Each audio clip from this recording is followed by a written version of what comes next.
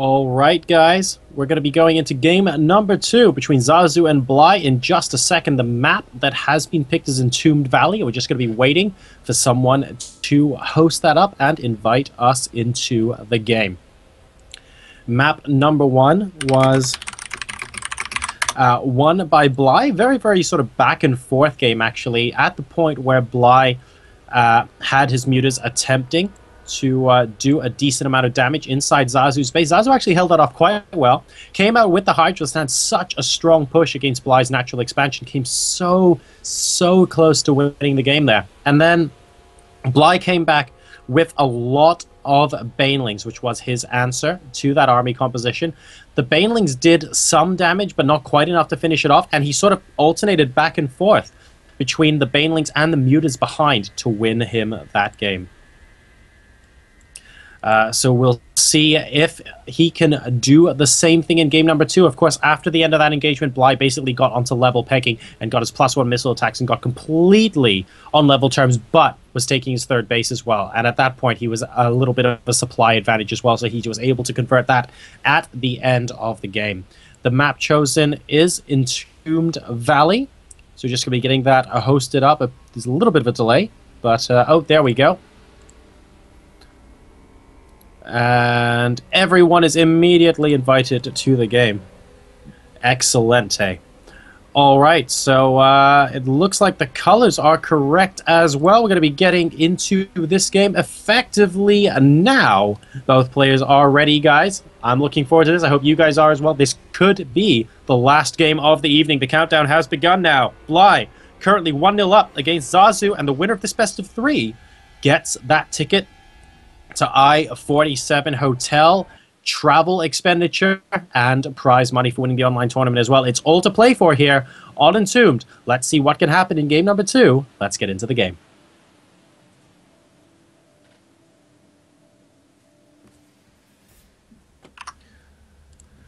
All right, ladies and gentlemen.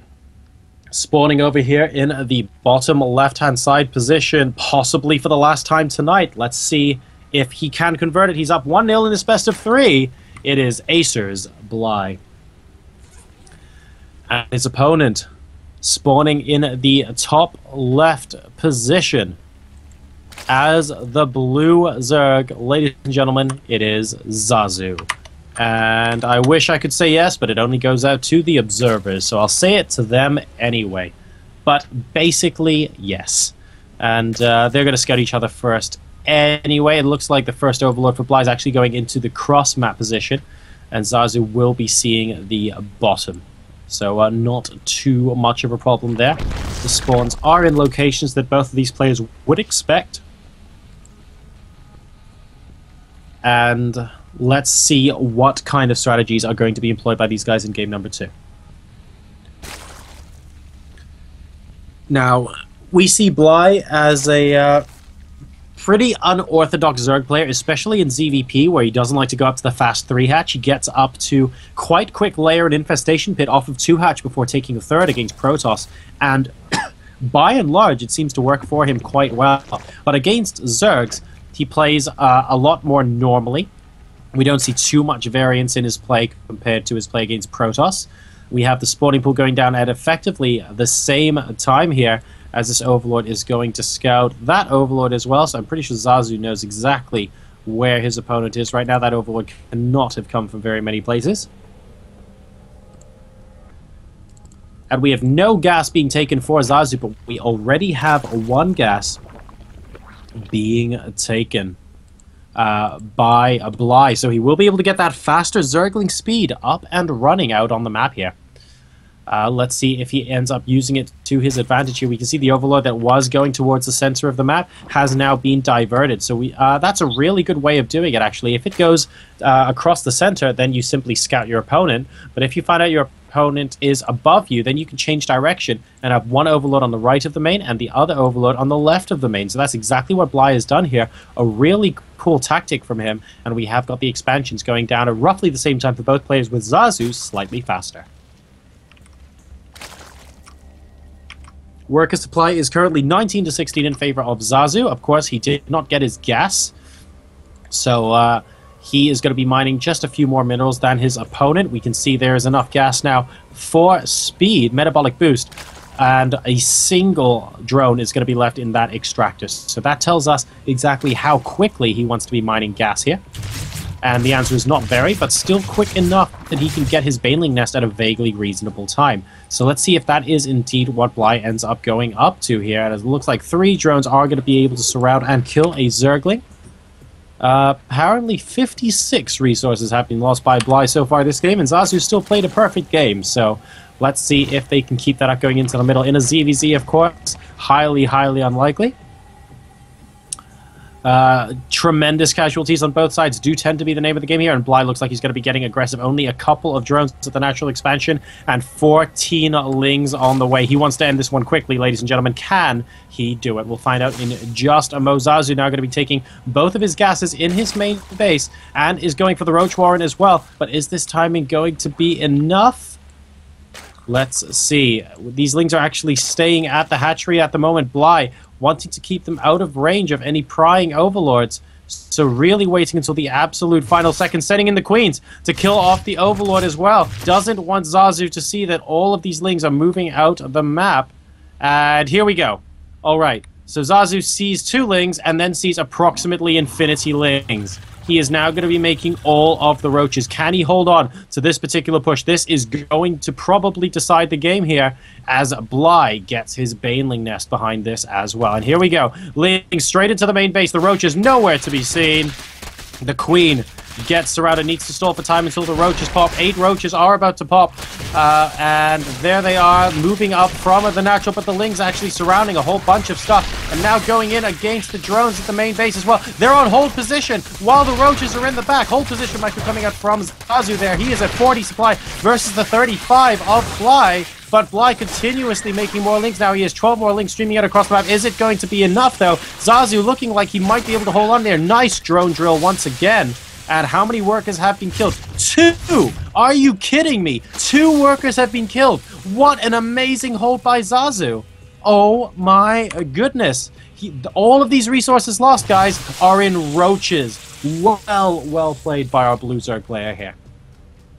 All right, so now very much advantage Zazu. Number of workers, 27 all. But Zazu has a much larger ground army, and he has roaches out on the field.